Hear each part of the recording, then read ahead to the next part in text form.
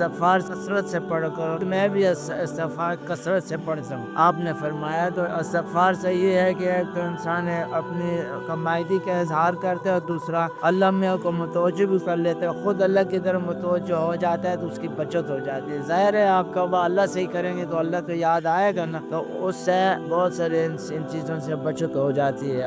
استغفار کا حکم اسی لیے دیا کہ کثرت سے پڑھا تھا، بلکہ حضور اکرم صلی اللہ علیہ وسلم نے اب بات آگے یہی فرمایا کہ اگر آپ کا معاشی حالت میں صحیح نہیں ہے تو وضو رہا کرو اور استغفار کثرت سے پڑھا کرو۔ انسان کے حالات بدلتے رہتے ہیں، کسی وقت انسان محسوس کرتا ہے کہ بھئی میں تنگ ہوں، تو تنگی سے بچنے کے لیے اللہ کی طرف رجوع کر لیا کریں، اس سے شیطان سے بھی بچت اللہ میاں کے فضل سے ہو جائے گی، کیونکہ آپ پہلے اپنی کمائیگی کا اظہار کر لیں گے، اللہ میاں سے مدد کی درخواست کر لیں گے تو شیطان پھر نہیں آ سکتا۔